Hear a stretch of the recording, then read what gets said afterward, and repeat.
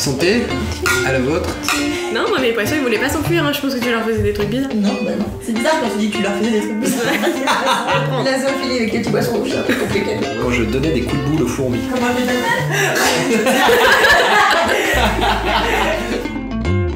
Bienvenue, vous écoutez Entre nos lèvres, un podcast qui raconte les vraies histoires autour de la sexualité, mais pas que.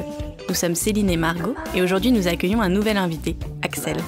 Axel a 36 ans, et avec lui nous avons discuté des cassettes pornographiques que l'on cache sous le plancher, des orgasmes et des parties de Xbox, d'orgies et de pudeur, des associations sex-positives et des carcans, mais surtout d'apprentissage. C'est parti. Alors, est-ce que ça te plaît d'être un homme ? Est-ce que ça me plaît d'être un homme ? En fait, j'ai envie de dire oui, mais j'ai l'impression d'être coupable si j'ai envie de dire oui. Ouais, ça me plaît. C'est plus facile d'être un homme. Je me rends compte depuis pas très longtemps. Être un homme, ça veut rien dire, parce que c'est être un homme dans la société qu'on nous impose. C'est être un homme avec les codes qui sont présents aujourd'hui. Donc en fait, ce qui est horrible, c'est qu'on n'a pas le choix d'être un homme ou d'être une femme. En fait, tu nais avec un code génétique, des attributs sexuels, et en fait, à partir de là, on te colle une étiquette de genre. Comme on n'a pas vraiment l'occasion dans la vie de remettre ça en question, je me dis que de toute façon, on gagne à accepter ces étiquettes et à les remettre en question au moment où on est capable de le faire. Le moins évident, c'est de se poser la question, est-ce que j'ai envie d'être un homme ? Et ça veut dire quoi être un homme, en fait ? Moi, ce que j'aime dans le fait d'être un homme, c'est... alors, ce que j'aime dans le fait d'être un homme hétéro, c'est les femmes. J'ai toujours dit que les femmes m'avaient sauvé, dans le sens où j'étais un petit garçon... j'ai pas envie de dire persécuté, parce que ça fait victime, mais j'étais quand même pas mal victimisé à la maternelle, tout ça, petites écoles, machin, même jusqu'au collège.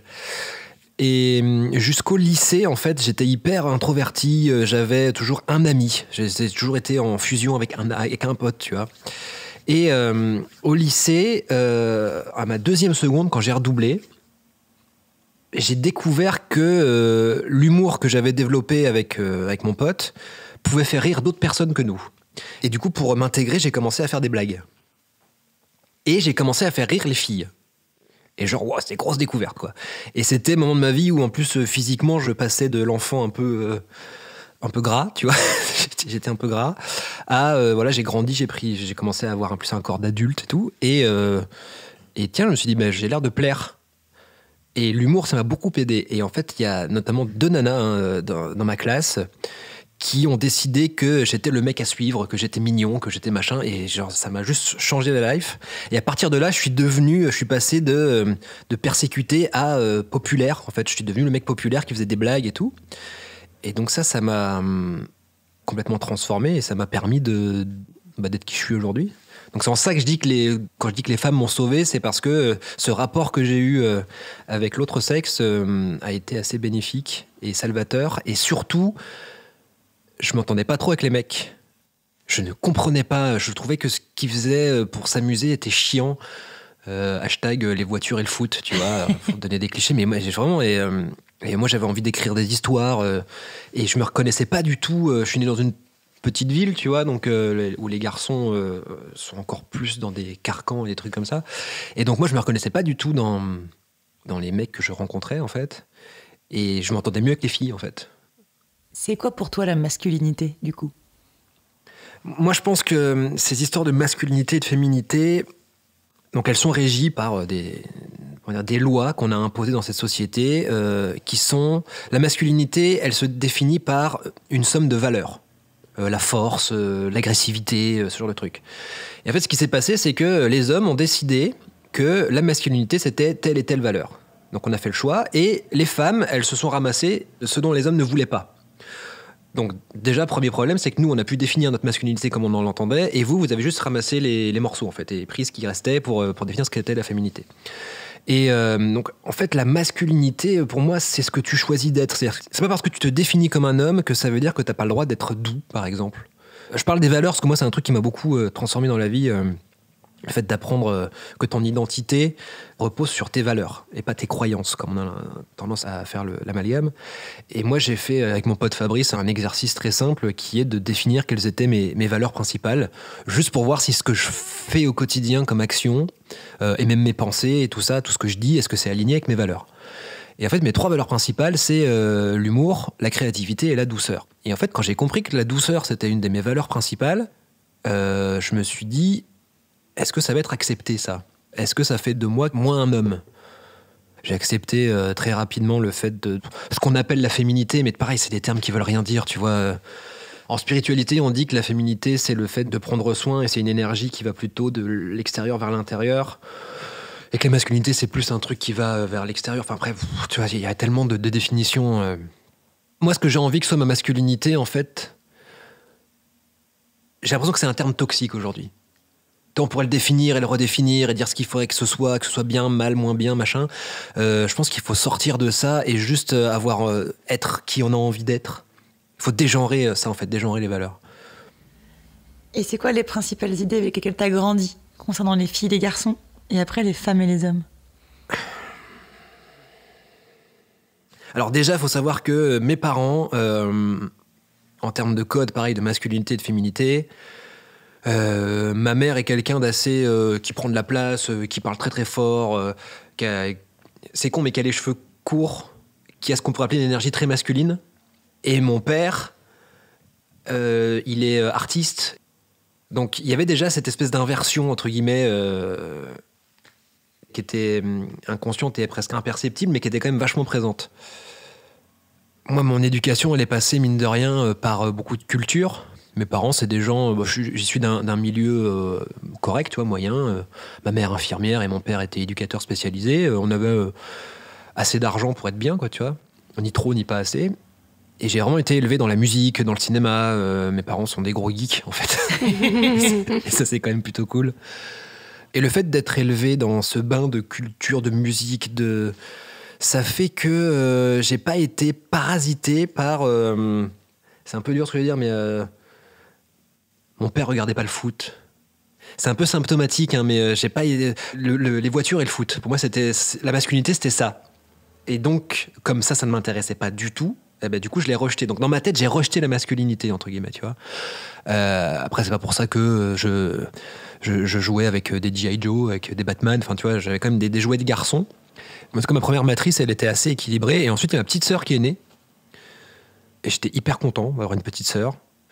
J'ai adoré ce rôle de grand frère et justement qui n'était pas pollué, je pense, par la masculinité de il faut que je la protège parce que c'est moi l'homme, tu vois. Il y avait juste un échange entre deux personnalités qui avaient voilà, deux genres différents et toi là j'y réfléchis, j'avais jamais réfléchi à ce truc là entre ma sœur et moi, mais il y a pas du tout la binarité homme-femme, il y a juste deux êtres qui s'aiment très fort et qui ont évolué ensemble. Et ça, c'était plutôt chouette. Et effectivement, ouais, je jouais avec ma sœur, on faisait des jeux très dégenrés, en fait. Je sais pas comment dire. Il n'y avait pas elle qui jouait à la poupée et moi qui jouais aux voitures. On jouait ensemble, on était hyper créatifs.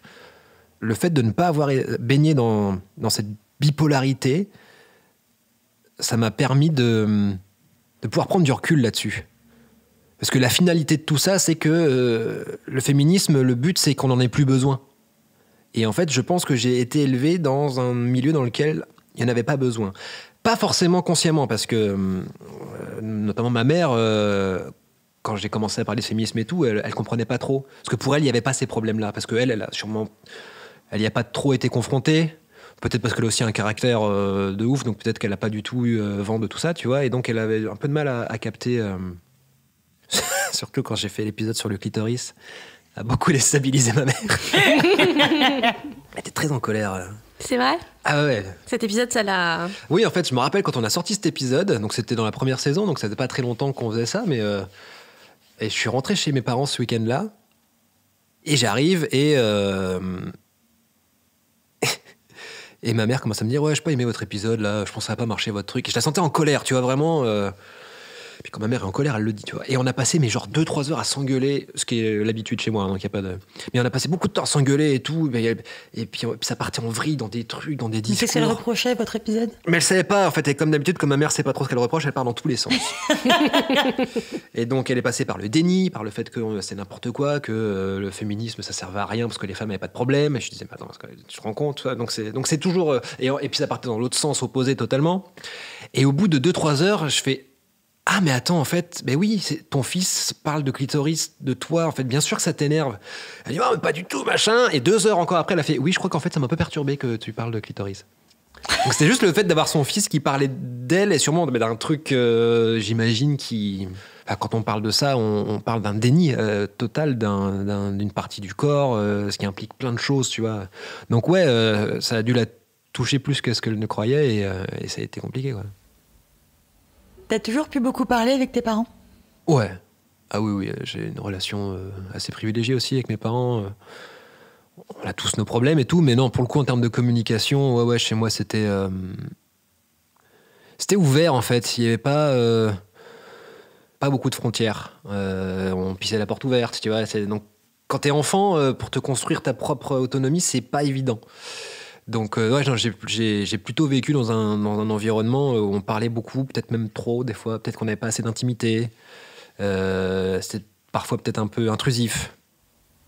T'es arrivé aussi à parler de sexualité avec tes parents? Oui, je parlais de sexualité avec mes parents. Pas que j'en avais forcément très envie, mais c'est pas arrivé très souvent que moi j'aille en parler. En fait, on pouvait en parler, mais c'est pas pour ça qu'on le faisait. Mais le fait de savoir qu'on pouvait le faire, ça permettait d'aller en parler avec d'autres sans que ce soit parce que je peux pas en parler à mes parents, je vais en parler à n'importe qui, tu vois. Mais je me rappelle quand je suis allé demander quoi à mon père. Ah, c'était à ma première panne. Non, c'était à ma première éjaculation précoce. Et je me sentais super mal, je comprenais pas ce qui s'était passé et tout. Et je me disais, il faut que je demande à quelqu'un si c'est normal, en fait, parce que... Et je suis allé voir mon père en mode, écoute, machin, viens, on parle d'homme-homme. Et je me souviens, mon père, c'est pas quelqu'un de très loquace. Pendant très longtemps, on n'a pas beaucoup communiqué avec mon père. On s'aimait, on le savait et tout, mais on parlait pas trop. Et donc, quand je suis allé lui parler de ça, c'était genre, ok, c'est un peu étrange quand même. Et je me souviens qu'il l'a pris genre, ok, là, c'est mon fils qui a besoin de réponses. Et j'ai eu les réponses dont j'avais besoin. Je sais plus exactement lesquelles, mais... Oui, je sais, moi, avec maman, ça m'arrive souvent. Tout va bien. T'inquiète oui, pas. c'est génétique, t'inquiète. Fais semblant, t'inquiète pas. Et non, il m'a expliqué, oui, ça arrive de temps en temps, machin. Et je suis reparti rassuré, tu vois. Genre, ok, je ne suis pas anormal, en fait, tu vois. Donc ouais, c'est... Est-ce que tu te rappelles de ton premier souvenir par rapport à ta sexualité? Ouais. Moi, c'est venu très très tôt. Hein. J'étais tout petit et j'étais obnubilé par les seins. Ça me fascinait, quoi. Et je me rappelle très très jeune avoir sentir des trucs, des désirs sexuels quand j'imaginais des poitrines, en fait. J'ai commencé à me toucher assez tôt, je crois. Je sais plus quel âge j'avais, mais peut-être 5-6 ans, un truc comme ça. Hein. J'ai un souvenir de ma première fois que j'ai eu un orgasme tout seul. Genre, j'avais l'impression d'être le roi du monde, quoi. Et tu savais ce que c'était? Un orgasme? Je me rappelle, c'était genre, j'ai enfin osé aller jusqu'au bout. Parce que je me touchais, mais j'allais jamais... Parce que je sentais le truc arriver, je me disais, putain, c'est chelou, ça. Et le jour, je dis, bah vas-y... Non, je crois que... Parce qu'à mon époque, il n'y avait pas l'accès au porno comme maintenant. Donc ouais, non, à cet âge-là, non, je savais pas trop ce que c'était. Le seul truc que j'avais en tête par rapport à la sexualité, c'était une BD que j'avais trouvée dans les bouquins de mon père. Quand j'étais petit, je piquais ses livres. Et donc un jour, je vais prendre le livre de Magritte et je vois une BD à côté qui s'appelait... je ne sais plus. Mais je vois une BD. Donc j'étais gosse, je me dis, une BD, cool. Je prends la BD et je feuillette.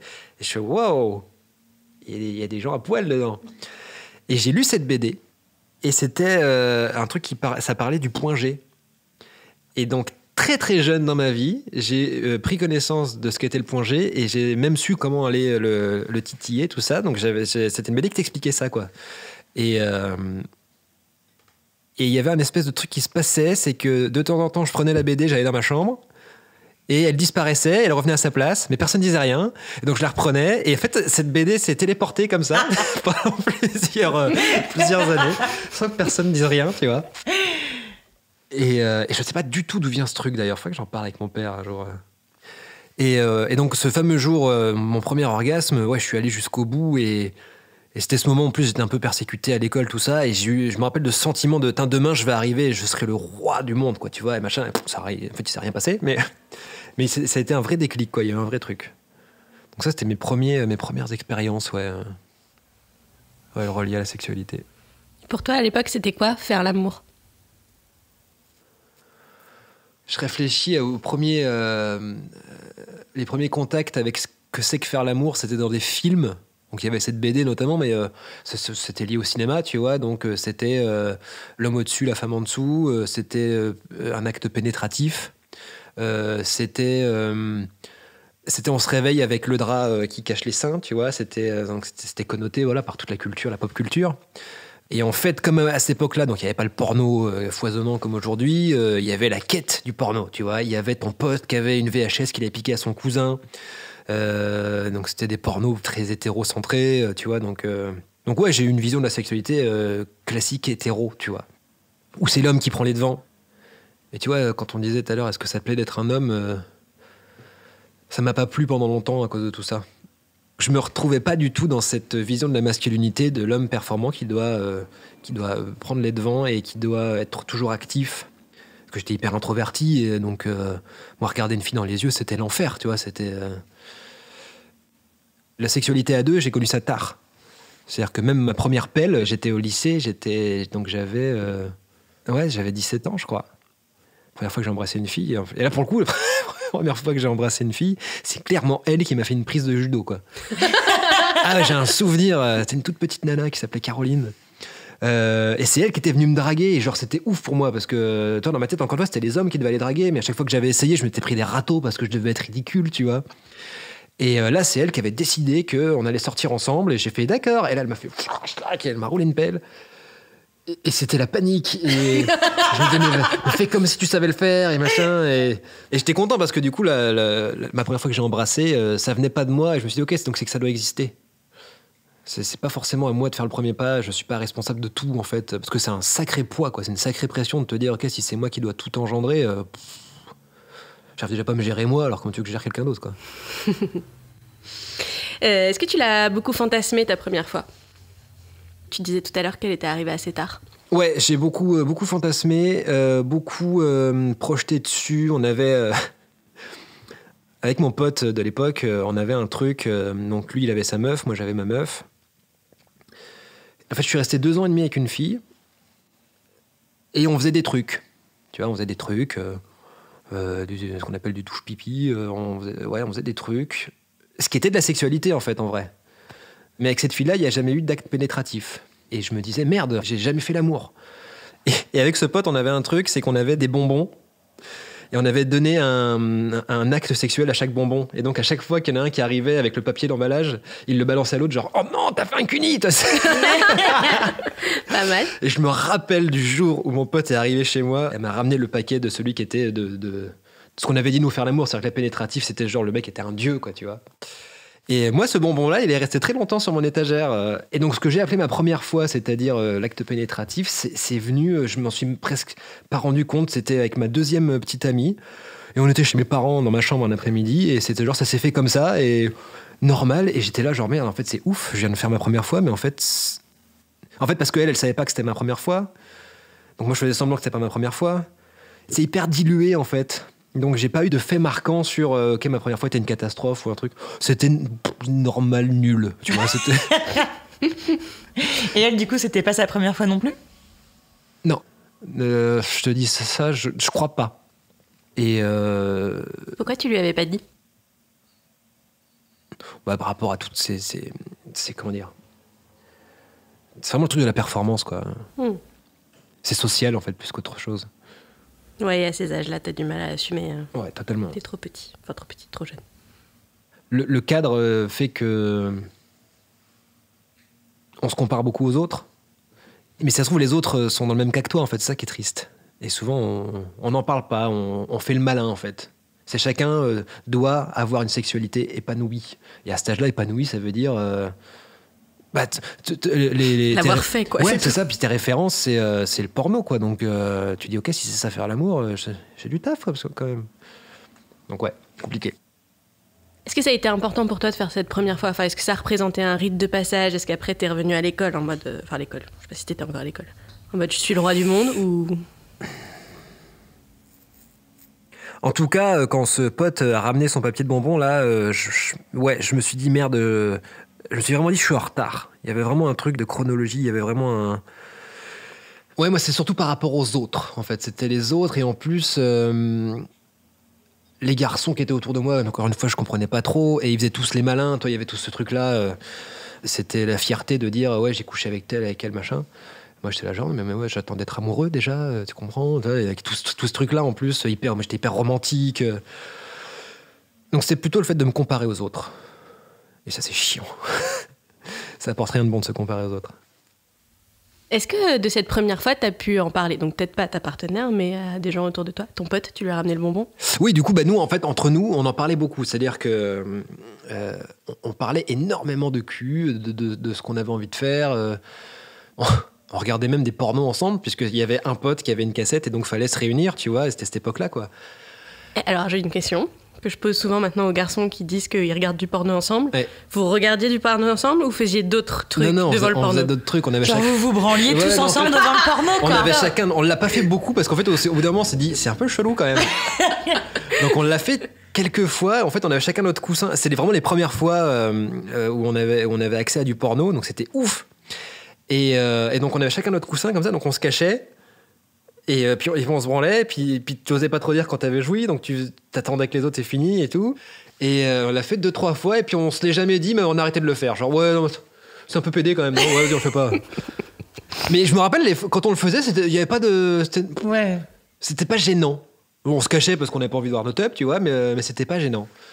Et je me rappelle, c'était mon pote, c'était dans son grenier, il y avait une latte de parquet dans laquelle il cachait la VHS, quoi, c'était ouf. Et plus tard au lycée, on se faisait des soirées jeux vidéo porno. Donc on passait une grosse partie à jouer aux jeux vidéo, et après on regardait du porno. Là, pour le coup, on se touchait pas, mais on regardait du porno, tu vois, ensemble. D'accord. Et après on refaisait une partie de jeux vidéo et ouais, mais pour évacuer toute la frustration. Grave. Mais c'était assez décomplexé. Il y avait pas de...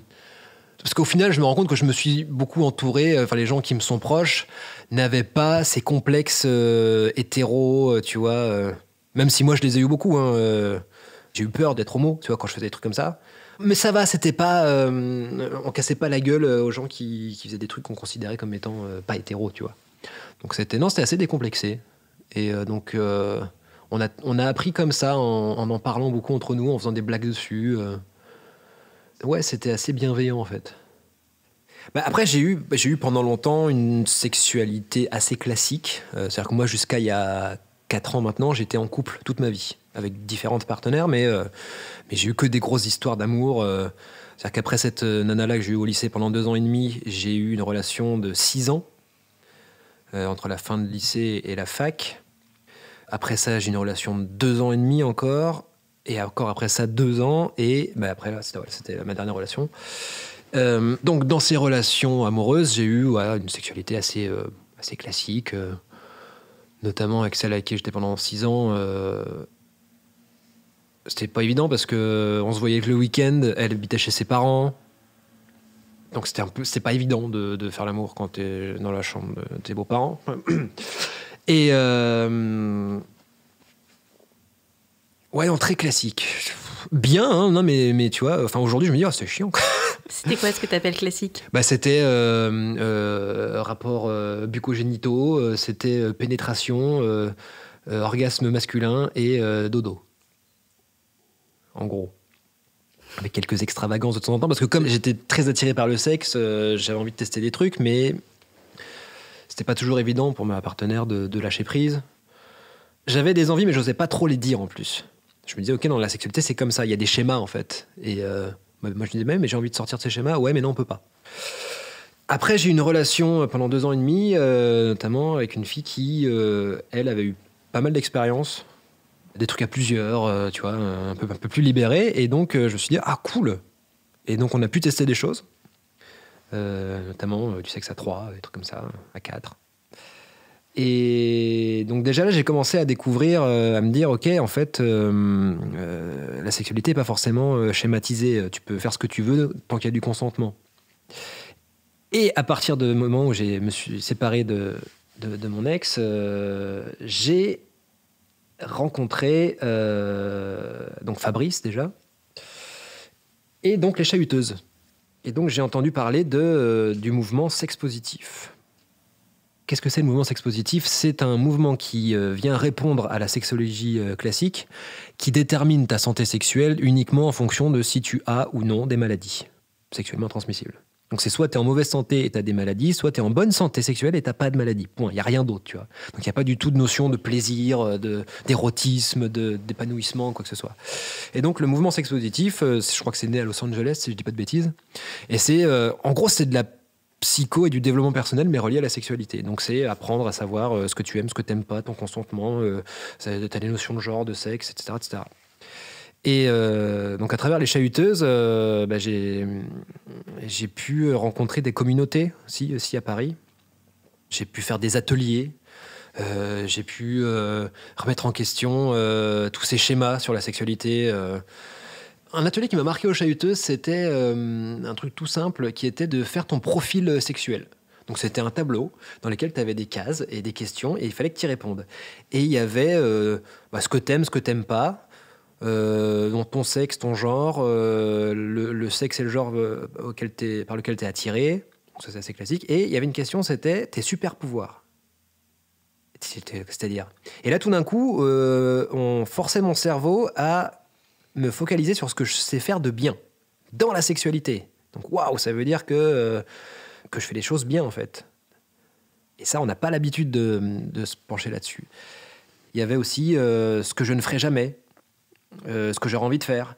Et le fait juste de me focaliser sur mes désirs et pas sur juste, ok, le sexe c'est comme ça, c'est bien, mais c'est comme ça. Donc il ne faut pas dépasser en fait. Il n'y avait pas tout le côté ludique. Et en fait, ce que ça m'a appris, ce que j'ai découvert moi dans ma sexualité il y a quelques années, c'est le côté ludique. Tu sais, on dit souvent le sexe c'est pas sale, mais il y avait un truc un peu comme ça, tu vois. Le sexe c'est pas régi par des règles en fait. La seule règle qui compte c'est le consentement. Et donc j'ai pu explorer. J'ai fait des soirées très bizarres. J'ai été invité dans des orgies, des trucs comme ça, tu vois. Tu vois, la première fois que j'étais invité dans une orgie, c'était genre un truc mais immense. Et donc j'arrive, j'étais hyper stressé. Genre hyper stressé. Mais j'avais commencé à dire que j'étais sex-positif. Donc c'est normal que j'aille à des orgies, en fait. C'est la base. C'est pas ça du tout être sex-positif. Hein. Ça, pas du tout. Mais dans ma tête, c'était genre, t'es encore dans le truc de performance et machin. Faire des expériences. En plus, j'étais célibataire pour la première fois de ma vie, donc c'était tout bénef, tu vois. En plus, je commençais à être un peu connu. Je commençais à comprendre aussi que je plaisais. Ça, j'ai découvert ça il y a pas très longtemps, notamment grâce à des amis à moi qui passent leur temps à dire aux autres ce qu'ils font de bien, plutôt que de critiquer ce que tu fais de mal, tu vois. Et donc, il y a 4 ans, j'ai découvert que je pouvais plaire et que je pouvais choisir avec qui j'avais envie d'être et pas juste de tomber amoureux de la première personne qui me porte de l'intérêt. Et donc j'ai commencé à mettre moins de poids sur ma sexualité. Parce que comme j'étais très romantique, mais pas forcément dans le bon sens du terme, tu vois, j'avais une vision un peu judéo-chrétienne du sexe et de l'amour. Un peu chiant, quoi, tu vois, un peu très hétéronormé, monogame, tout ça. Genre quand t'aimes quelqu'un, tu ne peux pas désirer quelqu'un d'autre. Enfin, tu vois, des croyances qu'on se met dans la tronche, quoi. Et donc j'ai bien profité. Et donc voilà, j'arrive à cette soirée en panique, mais en mode tout va bien. Et c'est une soirée normale, mais avec des gens déguisés, tu vois, en latex, tout ça. C'est très très beau, très que des gens beaux, tu vois. C'est une soirée normale, mais tout le monde baise. Mais en fait, t'as un premier sas où les gens dansent. Et après, on me dit, il y a la backroom là-bas. Je suis d'accord. Et je fais, oui, je vais y aller, évidemment. Je suis venu pour ça. Hein. Au bout d'un moment, on est sex-positif. Hein. Et là, j'ouvre un rideau et je vois 200 personnes en train de baiser, très clairement, tu vois. Et je fais waouh! Genre, voir ça en vrai, c'est ouf. Hein. C'est pas, on a déjà vu des images, tu vois, mais quand tu le vois en vrai, tu fais ok. T'as les sons, les odeurs, t'as tout. Mais comment tu te jettes dans la masse? Ben, tu te mets tout nu te déjà. sais pas en fait. Tu es là, tu fais qu'est-ce que je fous là? Puis en plus, tu croises des gens que tu connais, tu fais ah salut, ça va? Ah oui, c'est dans ce sens-là, d'accord. Et donc dans ces soirées, tu y rentres toujours par deux. Pas une question de couple hétéro, c'est faut que tu viennes avec quelqu'un qui connaît déjà quelqu'un. En fait, tu vois, D'accord, ok. c'est du parrainage, quoi. C'est pour éviter qu'il y ait des relous, en fait. C'est pour ça que c'est hyper cadré, c'est assez safe comme milieu. D'accord. Il y a toujours des ratés, mais en tout cas, tout est organisé pour que tout le monde se sente le mieux possible. Avec plein de règles de consentement, d'autonomie. Enfin, vraiment, le but, c'est que c'est pas n'importe quoi. Je veux dire, c'est pas Gaspard Noé. Hein, non, parce que tu vois, backroom orgie, on a des images des fois peut-être. Le mouvement sex-positif, c'est un truc qui met en avant tout la sécurité en fait. Donc c'est pour ça que c'est des milieux hyper inclusifs. Les notions de genre, de sexe, tout ça, c'est complètement ouvert. Tu vois, il y a pas du tout d'a priori. Et donc, comment tu te jettes là-dedans? T'y vas quoi. Et j'y vais, je m'assieds au milieu comme ça. Puis j'attends. Puis je me disais au fond de moi, mais putain, mais mec, regarde ce que tu vis. T'es au milieu d'une orgie, c'est ton fantasme. Genre, c'est le fantasme absolu. T'as des nichons partout, t'as des nanas magnifiques, machin, qui te regardent. Alors, t'as toutes les notions de consentement. Donc, tu demandes, est-ce que je peux toucher, est-ce que machin, un truc. Et au final, non, j'enlève mes fringues. J'étais le seul à en porter. Donc... Ah oui, donc tu t'es assis, habillé. Ah oui, j'étais en costume, je m'étais déguisé, tu vois. Et puis, je touche, tu vois, et puis, non, je peux pas. J'étais vraiment en panique, j'étais en PLS, quoi, vraiment. Et je m'en voulais de pas vivre le truc. Et bon, j'ai participé un petit peu, tu vois, avec les partenaires avec qui j'étais venu. Et je suis resté jusqu'à 7h du matin, j'étais le dernier à partir, tu vois, en mode, vas-y, je suis motivé et tout, mais j'ai pas fait grand-chose. Et je me disais, bon, c'est pas grave, c'est normal, t'étais un peu stressé, tout ça, machin, mais j'étais content d'y être allé. Et puis, plusieurs fois, j'étais réinvité. Alors, pas dans des soirées aussi grosses, ça, c'est la plus grosse que j'ai faite, mais des soirées en appart, des trucs, tu vois. Et à chaque fois que je suis invité, j'y vais, parce que je trouve ça ouf que ça existe déjà. Parce que c'est souvent des milieux hyper, comme tu dis, inclusifs, bienveillants et tout. Et je continue d'y aller, et je continue de me demander à chaque fois ce que je fous là. Et il y a pas très longtemps, en fait, j'ai accepté ma pudeur. Je me suis rendu compte que, non, moi, ce que j'aimais, c'était être à deux ou plusieurs, mais dans l'intimité, tu vois. Je suis pas très exhibitionniste. Donc, le fait d'être au milieu de plein de gens, ouais, ça me bloque et c'est pas grave, en fait. Et c'est là où j'ai découvert ce que c'était que d'être sex-positif, c'est juste de s'écouter. Tout en connaissant ses limites, tout en allant les explorer aussi. Parce que, encore une fois, quand on m'invite, je continue de venir, hein. Il y a une soirée, je me rappelle, dans un appart. J'étais assis au milieu, en PLS, pas sans trop savoir quoi faire. J'étais content d'être là, mais en panique. Et il y a un mec qui vient s'asseoir à côté de moi. Enfin, il s'allonge à côté de moi, comme ça, à poil. Il y a l'hétéro en moi qui a fait « Oh mon Dieu, un homme à poil !» tu vois. Et en fait, on a parlé de musique pendant 45 minutes. Et c'est une super discussion qu'on causait, tu vois, de portichette, de machin... Et lui était hyper détente, et puis après il s'est relevé, il est reparti baiser, tu vois. Et j'étais là genre waouh. Et en fait il en avait rien à foutre. Et je trouvais ça fascinant parce que au-delà du fait qu'il participait à la soirée et tout, je sentais dans son énergie que il était décomplexé, il accepte. Enfin, c'était pas un sujet, il n'y avait pas de problème, quoi, tu vois. Ce qui est drôle, c'est qu'à la dernière soirée que j'ai faite il y a quelques mois, le mec à poil qui parlait de musique avec le gars qui était en panique, c'était moi. Et je me suis dit, waouh, putain, quel parcours! Quel parcours! Et donc aujourd'hui, je sais pas trop comment me positionner par rapport à tout ça. Parce qu'après avoir accepté ma pudeur, je me suis rendu compte que j'étais plus capable de me libérer. Après, en vrai, j'arrive toujours pas à savoir si j'aime ça ou pas. Le côté grandiose de ce genre de sexualité très ouverte et tout. Enfin, je fais le malin là parce que je le vis en tant que célibataire et c'est assez simple. Le jour où j'aurai une partenaire, je crois beaucoup au fait de remettre en question absolument le fait de désirer une seule personne dans sa vie et même de ne consommer du sexe qu'avec une seule personne. J'y crois plus trop à ça et je trouve ça même un peu triste. Après, chacun fait ce qu'il veut, hein, mais moi je me dis ouais non. Mais après, c'est quoi la limite de ça? Enfin, du coup, je me questionne là-dessus et pour l'instant, voilà, je suis toujours célibataire, donc j'en sais rien, mais j'ai hâte de découvrir ça et de voir à quel point je vais continuer à faire le malin ou pas.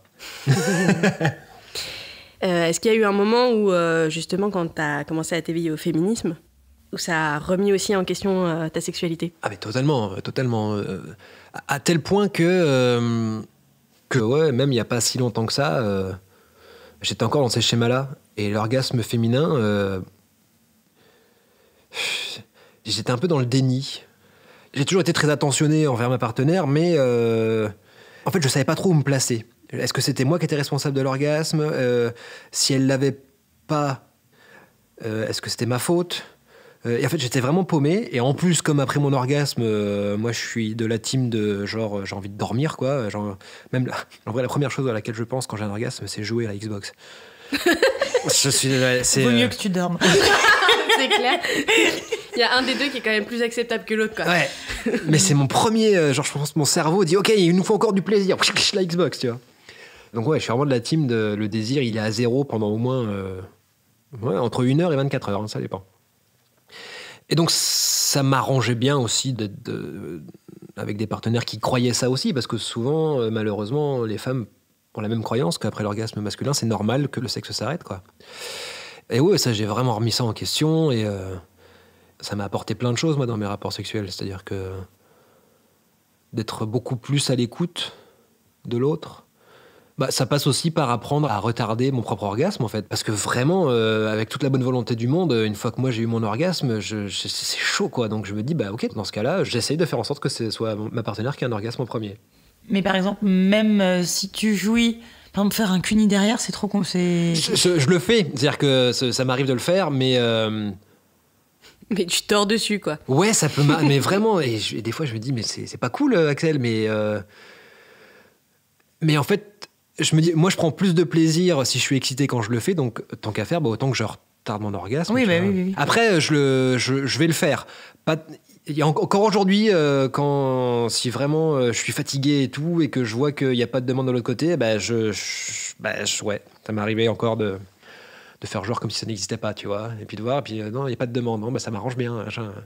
Mais j'essaye au maximum de faire en sorte que ça se passe pas comme ça. Et du coup, tu disais qu'avant, tu avais tout le temps été en couple. Maintenant, tu as une partie de ta vie où tu étais célibataire. Est-ce que ça a changé des choses ? Est-ce que tu as du coup plus des plans cul ou pas forcément ? Je pense qu'après ma dernière rupture, il y a un truc qui s'est fermé vraiment en termes de protection. Il y a vraiment un truc...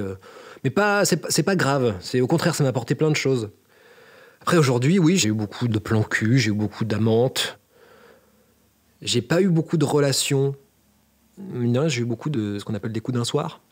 Dans la majorité, c'était bien, c'était pas manipulatoire d'un côté ou de l'autre. C'était OK, ça se fait comme ça, c'est cool. J'ai eu 3 ans là vraiment plutôt chouette en termes d'épanouissement. Les 2 premières années, c'était clairement, je voulais m'amuser, je voulais prendre du bon temps, etc., etc. Puis au moment, je me suis dit tiens, mais moi, en fait, j'ai envie de rencontrer quelqu'un, d'être amoureux, tout ça. Et en fait, donc je disais pas c'est que pour un soir, je disais là il se passe ça, après je sais pas. Le truc c'est que ce qui se passe, je tombe sur quelqu'un que je désire beaucoup, je peux même projeter, tu vois, sur tiens, il faut se passer quelque chose de plus. Et dès que le sexe a été consommé, mon désir il fait... Et la meuf devient inintéressante ? Ouais, alors c'est pas elle qui devient inintéressante, c'est moi. Oui, c'est toi qui ne projettes plus et qui perds de l'intérêt, quoi. Totalement. Alors j'ai eu ça jusqu'à il y a, on va dire, 5-6 mois. Enfin, je l'ai encore un peu aujourd'hui, mais disons qu'il y a 5-6 mois, j'étais dans la consommation et ça, j'avais plusieurs partenaires par mois, voire par semaine. Enfin, j'étais vraiment en recherche active, tu vois, sur les applis de rencontres, enfin tout, quoi. J'allais en soirée tout le temps, mais dans le but de rencontrer quelqu'un, mais il y avait ce schéma-là qui se répétait tout le temps, quoi. Donc du coup, je me suis vachement calmé parce qu'au bout d'un moment, je me suis dit merde, j'en venais même des fois à coucher avec des nanas qui c'était bien, mais j'avais pas forcément plus envie que ça. C'est juste parce que y avait l'occasion, donc on y allait. J'ai arrêté de me dire une mauvaise baise, c'est une baise quand même. Bon, quand je dis mauvaise, en plus, ça a jamais été mauvais, mais souvent c'était normal, quoi. J'ai un gros besoin de contact physique, en fait. Pour moi, le dimanche parfait, C'est lendemain de soirée, on est dans un appart avec des gens et je suis dans les bras d'une nana et je dis rien. Et je laisse les autres vivre autour de moi, tu vois. Et c'est un truc vachement lié à l'enfance, ça. Ça me rappelle, moi, les voyages en bagnole quand tu dors dans la voiture et que t'entends tes parents parler. Et en fait, c'est un milieu hyper sécurisant et qui dépend vachement des autres. Donc, je sais que j'ai encore beaucoup de schémas comme ça auxquels je dois répondre par l'autonomie. Mais alors, ça veut tout rien dire, tu vois. C'est quoi l'autonomie affective Mais oui, en tout cas, le fait d'être seul, enfin, d'être célibataire, en tout cas de ne pas être en couple, ça m'a fait beaucoup travailler et ça m'a apporté beaucoup de choses positives. Il y a des couples autour de toi qui te servent de modèle? Ouais, je peux pas trop les citer, mais oui. Et c'est marrant, c'est que j'ai deux couples en tête. Ils sont très différents, c'est deux couples vraiment très très différents. Mais c'est deux couples qui se caractérisent déjà par la communication. Ils communiquent genre énormément. Ces deux couples, ça fait au moins 8 ans qu'ils sont ensemble.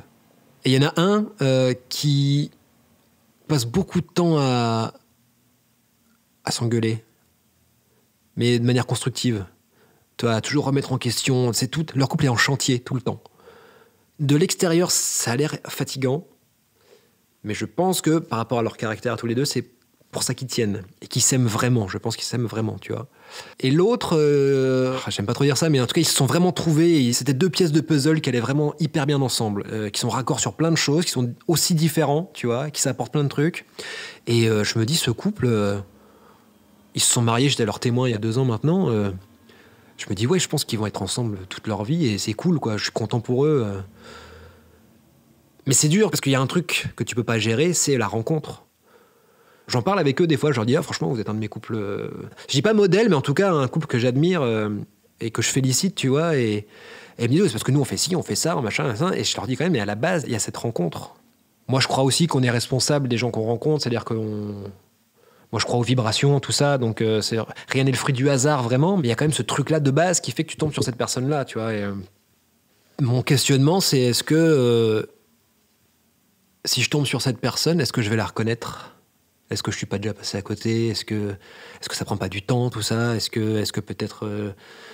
Moi, mon problème, c'est que je m'ennuie vite. Alors, dans « je m'ennuie », il y a « je m'ennuie ». Hein. Donc, c'est moi qui m'ennuie, c'est pas l'autre. C'est le fait de pas prendre le temps, en fait. Parce que rencontrer quelqu'un, ça prend du temps. Et moi, le truc le plus dur que j'ai appris sur moi, c'est que je ne savais pas rencontrer les gens. Je suis quelqu'un de très sociable. Tu me mets dans n'importe quel groupe de personnes, de n'importe quel milieu social.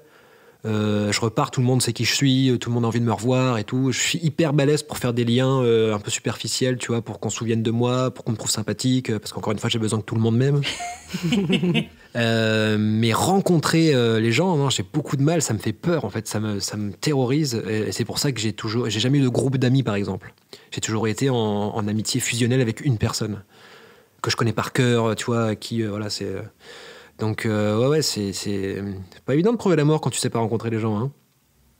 Et maintenant, on va parler un peu de ton corps. Ok. Comment tu t'entends avec lui ? Est-ce que tu l'aimes ?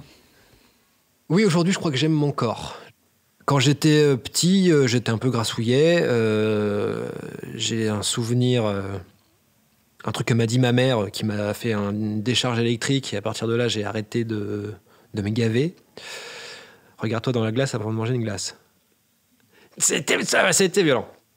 Mais voilà, responsabilité, j'en ai fait quelque chose. J'ai jamais été sportif. Ouh là là, le sport, j'essaye, mais déjà, je suis venu en vélo, je suis très content. J'ai toujours fait très attention à mon physique, pour le coup. J'ai toujours été un peu complexé. Et puis un jour, quand j'ai commencé à devenir ado, j'ai commencé à aimer mon physique. Je me suis dit, tiens, j'aime bien ma gueule, en fait. Mais tu vois, alors au-delà de mon corps, en fait, moi, par rapport à mon physique... Donc à 21 ans, j'ai commencé à perdre mes cheveux. Et donc j'ai commencé à mettre des produits, des machins, à chercher des solutions. Bon, il y a plein de trucs qui existent. Donc les produits, ça marche pas en fait, parce que de toute façon c'est génétique. Donc tu peux pas y faire grand-chose. Il y a des espèces de poudres qui masquent un peu, machin, mais dès qu'il pleut, t'as des trucs qui coulent. Enfin, c'est pas hyper glamour non plus. Quand je me suis séparé de la fille avec qui j'étais pendant 6 ans, je me rappelle très bien, j'étais dans la cuisine de chez ses parents un jour et je vois une émission à la télé. Un mec expliquait qu'il perdait ses cheveux et donc il parlait de cette technique-là qui s'appelle de la dermofusion. Le mec, je vois sa gueule, il avait une chevelure de ouf, il dit bah, je vais à la piscine et tout, machin. Et il disait que c'était un truc qui se collait sur le crâne, que ça lui coûtait 400 balles par mois. Putain, mais là ma solution en fait. Bon, je vois 400 balles par mois, bon, je me dis je ferai ça quand je serai riche. Et donc 2-3 ans plus tard, je me suis séparé de cette fille et j'avais besoin de renouveau dans ma vie. Et je me suis dit tiens, et si je me renseignais sur ce truc-là? Et donc j'ai tapé dermofusion sur Internet et j'ai vu un salon à Paris qui faisait ça. J'ai appelé. Elle m'a dit bah viens, on en discute si tu veux. Je me suis dit bah, c'est juste pour prendre des renseignements pour plus tard. C'est juste pour moi me donner un élan de quelque chose de nouveau, tu vois, de m'occuper de moi. Et donc je suis allé dans ce salon et je suis tombé sur Kim, une nana géniale, qui m'a dit bah ouais si tu veux je peux te le faire là. Tu viens dans 2 semaines et puis on te le fait. Je dis ouais mais je sais pas 400 balles à mettre par mois. Elle me dit non mais moi je te fais un forfait. Ça va te coûter un paquet de cigarettes par jour. Je fais ok vas-y. Et donc 2 semaines après j'y suis allé et je suis sorti dans la rue mais genre comme la première fois que j'avais eu un orgasme, j'étais le roi du monde quoi tu vois. Personne n'en a rien à foutre en fait. Il y a que toi qui le sais hein. Mais ça a tellement changé ma vie quoi. Moi au début je me disais ok mais quand je suis avec une fille, qu'est-ce que je fais? Je lui dis pas. Est-ce que ça va la faire fuir? Est-ce que la vérité, c'est que pour l'instant, 100% des fois, quand je le dis, c'est déjà il ne me croit pas. Donc, il faut que je prenne la main de la personne pour lui mettre dans mes cheveux en disant regarde, tu vois, c'est pas les miens. Et c'est genre ouais, d'accord. Et après, on passe à autre chose, quoi.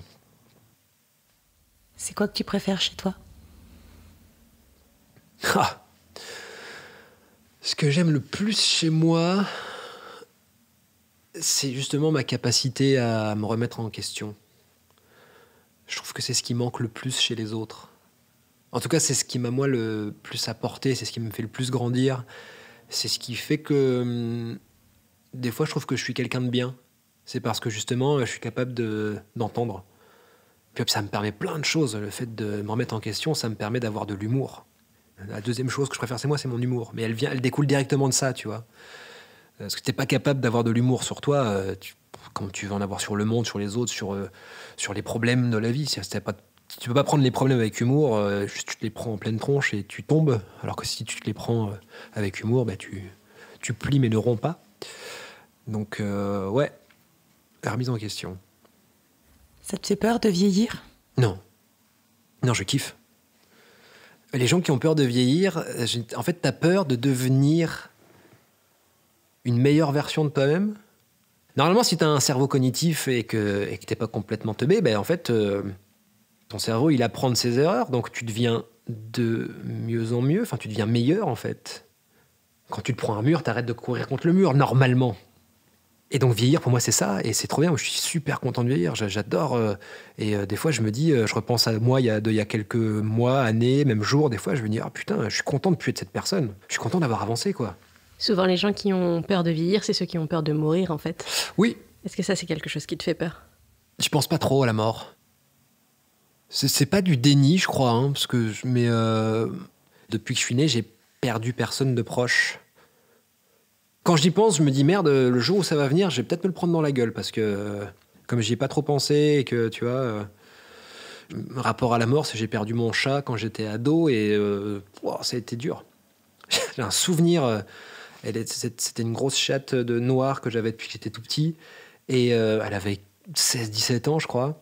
Elle était complètement... Elle miaulait, elle engueulait les rideaux. C'était super drôle. Et je me rappelle un soir, on était avec mon père et ma sœur dans le salon et elle a commencé à convulser. Et mon père l'a pris dans les bras et genre elle s'est arrêtée de vivre, quoi, tu vois. Elle est morte dans ses bras et mon père, il pleurait. Ma sœur, elle pleurait. Et moi, j'étais en sidération et je comprenais pas trop ce qui se passait. Et mon père m'a dit, bah, est-ce que tu peux aller chercher un drap en haut et tout? Et je suis monté en haut et vraiment, je comprenais pas. Je me disais, ok, machin. Et j'ai pris le drap et là, j'ai fondu en larmes. Genre, j'ai compris. Mais ça m'a pris 5 minutes. Genre, l'information, elle est montée. Voilà, c'est mon seul rapport à la mort. Bon, sans transition aucune. Pour reparler encore un peu de masturbation, est-ce que c'est quelque chose que tu pratiques souvent? Ça dépend des périodes, en fait. Il y a des fois où ça va être tous les jours. En plus, moi, personnellement, la masturbation, c'est plus hygiénique, comme on dit, qu'autre chose. Tu vois, c'est genre... Des fois, ça va être parce que j'arrive pas à m'endormir, tu vois, donc je vais sur mon téléphone et je regarde un porno pas terrible en plus, gratos, tu vois. Donc c'est vraiment ces 5 minutes histoire de se décharger, quoi. C'est pas dans l'idée d'avoir un orgasme. Surtout que maintenant que je sais que l'orgasme et l'éjaculation chez l'homme, c'est pas la même chose. Apprendre à maîtriser son propre plaisir, c'est aussi être capable de l'utiliser dans un rapport sexuel avec quelqu'un d'autre. Donc s'explorer, ça pourrait être quelque chose de très bénéfique, mais qui demanderait du temps. Mais quand t'es un mec, je crois qu'il y a un truc, encore une fois, de... L'idée de l'exploration, c'est plus toléré chez les femmes, parce que ça implique une sensualité, tu vois, ça implique plein de trucs qui sont pas du tout acceptés chez les mecs. Et même quand, tu vois, moi je me considère comme quelqu'un de plutôt déconstruit par rapport à plein de choses, j'ai encore des blocages. Genre j'ai une de mes amantes que je vois de temps en temps que j'ai vue il y a quelques mois, et c'était après notre épisode sur la prostate. Et elle arrive chez moi, elle me dit tiens, je t'ai acheté ça, c'est toi qui sais si c'est une blague ou pas. Et c'était un truc pour explorer sa prostate. Il est à côté de mon lit, pour l'instant je l'ai pas déballé. Mais je me dis, bah oui, tiens, par exemple, voilà, c'est exactement le genre de truc que je pourrais faire, tu vois, quand je suis tout seul. Mais j'ai un blocage de merde. Alors que, potentiellement, j'ai à 20 cm de moi une source de plaisir de ouf, parce que c'est ça qu'on dit dans l'épisode, c'est que c'est un truc de ouf. Je sais pas, c'est comme si tu dormais à côté d'un énorme gâteau au chocolat et que tu faisais, non, je pense pas. Faut le manger, ce gâteau, en fait. Ouais, mais chez les mecs, il y a beaucoup de trucs à déconstruire là-dessus. Ouais. Est-ce que tu arrives facilement à dire ce que tu veux ou ce que tu ne veux pas à ta partenaire ? Pas du tout. Je suis très nul pour ça. Parce que j'ai une croyance aussi que toutes mes meilleures fois, en fait, tous mes meilleurs souvenirs de sexe, c'est quand il n'y a pas besoin de mots et que c'était hyper fluide et tout. Et c'est déjà arrivé, hein. Je crois beaucoup au non-verbal pour le coup. Mais il y a des fois, t'as besoin d'exprimer des trucs. Notamment un truc qui m'arrive assez régulièrement. Et d'ailleurs, je me questionne sur est-ce que c'est un truc qui est connu ou pas. Quand une nana commence à me branler et qu'elle ne me lubrifie pas, soit sa main, soit mon sexe. Et ça fait mal, en fait. Et je me suis retrouvé assez souvent dans cette situation et à pas oser le dire. Parce que je me disais, mais en plus je me dis, mais ça semble logique quand même, ça raccroche un peu, non ? Tu le vois bien. Donc je sais pas à quel point c'est un truc connu ou pas, parce que nous, on n'a pas d'autolubrification, malheureusement. Et même moi, en fait, je lubrifie avec de la salive automatiquement quand je touche une fille, quoi. Donc, et ça me saoule de pas réussir à le dire. Donc, mesdames, n'hésitez pas à cracher, vraiment. Et c'est quoi la sensation que tu recherches à travers le sexe ? Ça dépend, par exemple, est-ce que... Moi, j'aime quand ça dure longtemps. Je suis pas dans le pic, je suis plutôt dans la montée, en fait. C'est ça qui m'intéresse, moi. C'est tout le moment où tu te cherches, tu vois, le moment où tu crées la frustration et donc le moment où tu crées le désir. Et c'est vraiment cette petite partie-là qui est infime, tu vois, parce que dès que tu passes à l'action, bah t'es en plein dedans, quoi. Et donc, et ce que je cherche, c'est à faire durer le plus longtemps ce truc-là. T'as déjà simulé ? Ouais. Ça m'est arrivé peut-être 2-3 fois. Moi, je suis pas hyper expressif quand je fais l'amour. Donc ça m'est arrivé il y a pas très longtemps d'avoir un orgasme, de voir que de l'autre côté, elle avait pas compris que j'ai eu l'orgasme, et donc de refaire semblant d'avoir un orgasme. Pour l'encourager, quoi. Ça, c'était drôle. Oui, il y avait un côté genre... ouais, un peu. Pourquoi tu as voulu venir nous parler de tout ça et qu'est-ce qui était important pour toi ? Je trouve ça important de parler de sexualité, en fait, aujourd'hui. Parce qu'on a la chance d'être dans un contexte, encore une fois, dans ce pays, dans cette ville, dans notre génération, où on commence à pouvoir le faire. Ça commence à se libérer. De ce que je vois en termes de résultats, ça fait du bien aux gens. Je sais que nous, dans Tout le monde s'en fout, dès qu'on fait un sujet un peu sexo, effectivement, les chiffres, ils explosent.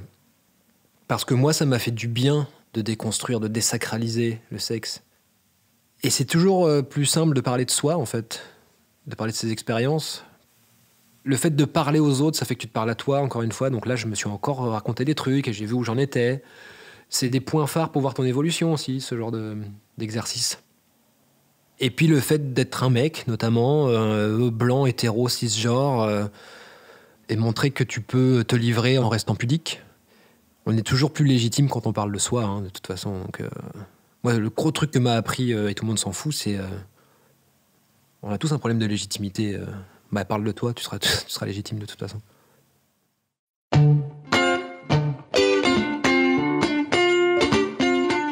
pour ne pas rater le prochain épisode d'Entre nos lèvres, abonnez-vous à ce podcast. Vous pouvez également nous suivre sur Instagram, Facebook et Twitter, @EntreNosLèvres, ou sur notre site internet entrenoslèvres.fr où nous écrivons aussi. Et n'oubliez pas de vous inscrire à notre super newsletter. Tous les 15 jours, à l'annonce du nouvel épisode, on partage avec vous 5 chouettes recommandations. Des livres, des films, des articles, tout ce qui nous a plu ou touché ces derniers temps. Promis, c'est cool. Ah oui, et puis le montage et le mixage de cet épisode ont été faits par Claire Sarfati et la musique du générique par Martin de Bauer. Allez, à dans 15 jours.